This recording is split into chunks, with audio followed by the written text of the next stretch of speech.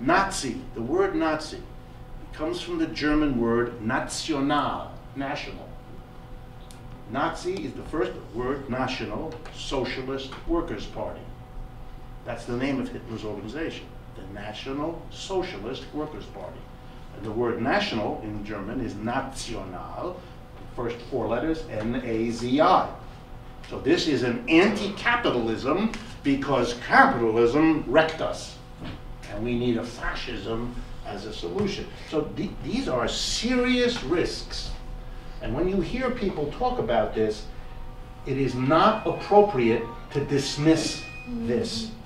And that's a strong argument I want to make to you.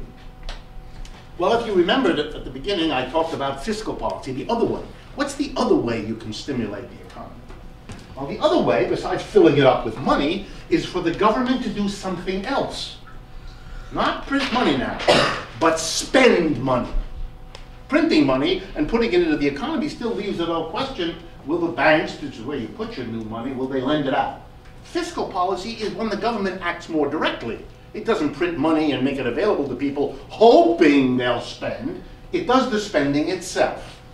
So fiscal policy is when the government spends money itself. Over the last 2 or 3 years of this crisis, the government has spent huge amounts of money. You remember Obama's stimulus program, $800 billion. That wasn't printing money, that was directly spending, building bridges, giving money to states so that they wouldn't have to close schools so many, that they could build up buildings, and all this kind. Green, remember we talked about green, we're going to make environmental things, we're going to help mass transit, stuff like that. Then the government spends. And the idea is again the same. If the government spends on things, then companies, blessed with these government orders, because the government is spending, will go hire people. So if the government builds bridges, that's jobs for people making bridges. The private companies will hire. Mr. Obama, like Mr. Bush, believed that the way to solve unemployment with fiscal policy was to have the government spend a lot of money on goods and services and hope that the private corporations will hire the unemployed to produce the goods and services that the government is buying. That's the plan. That's what fiscal policy does. Okay, now the question for you all, just to understand this. Where is the government going to get the money? There's really only two options. Well, actually three. First one, it could go and tax people. Yeah. And who? Well, it wouldn't make much sense to tax working class people. They don't have anything. And they're in trouble these days. So if you're going to tax someone to stimulate the economy, what you'd have to do is tax business and the rich. Those who have done really well the last 25 years, you go after them. That would be one way to raise the money. Second option, you don't tax the rich. You spend the money and you don't raise taxes. When you spend all that extra money in a crisis without raising taxes, it produces what you hear about called a deficit. That's the difference between the extra spending you're doing to get us out of the crisis as a government, but you're not taxing people to raise it. So if you're spending more but you're not raising more in taxes, you have to borrow the difference. So deficits mean the government is borrowing the money needed to stimulate the economy out of unemployment. And what's the third thing? The third thing could be the following. The Federal Reserve, which is, as you know, a branch of the government, could print up a lot of money, not bother giving it to the banks and the private sector, just give it to the Treasury. One branch of government prints it, hands it over to the other branch of government, which spends it. What has the United States government done? Has it taxed business and the rich to raise the money to get us out of the crisis? No. And the front line of making sure that doesn't happen is the Republican Party. That's their role. They have many allies inside the Democratic Party, so it's not been a tough issue for them, but they're the front line. No, no, no, don't tax the rich. Okay, so what is the government left to do? It's done the other two. It has gotten some new fresh money from the Federal Reserve. How that's done, we can talk about later if you're interested, but that's part of it. But the major thing the government has done is borrow the money, deficit finance. So for example, last year, the full year 2009, the United States government ran a $1.4 trillion deficit. The government of the United States, mainly because of the stimulus program, spent $1.4 trillion more than it took in taxes. Where did it get the money? It borrowed it. But who did it borrow it from? Well, who the hell is in a position to lend money to the government? Most of you, I would guess, have never had a conversation with an agent of the government about lending them money. No one has visited your home to talk to you about this. You haven't had a meeting at the Chase Manhattan Bank to discuss the terms of your loan. Guess who lends to the United States government? Business and the rich.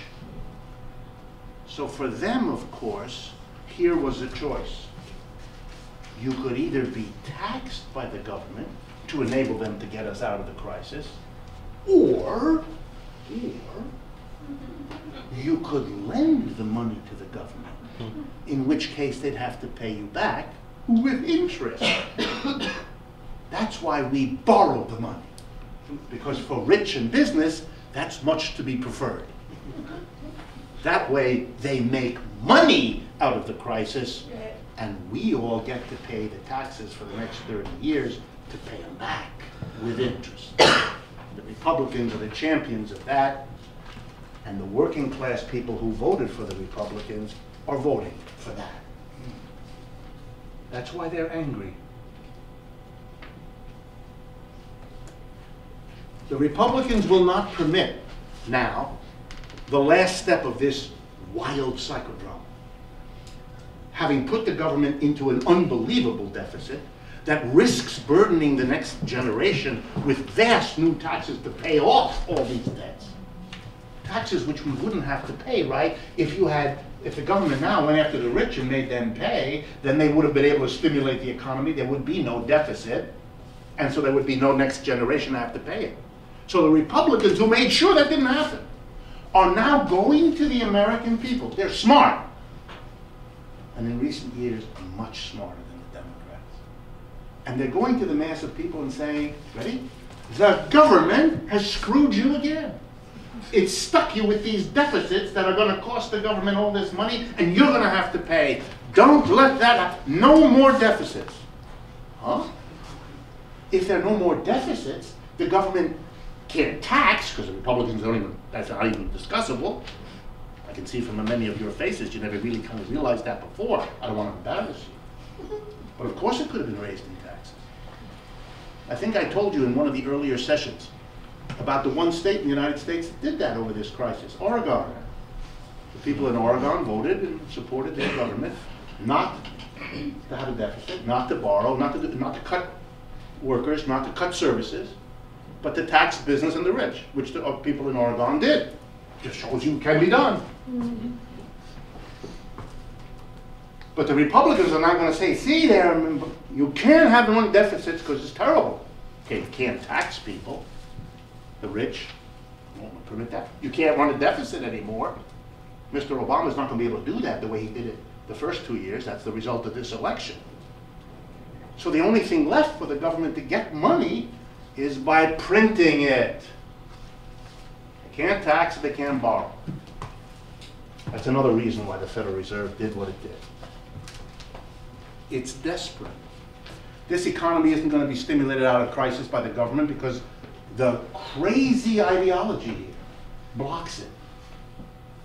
The Republicans and the Democrats won't allow taxing, won't now allow borrowing anymore, so the fiscal stimulus is gone.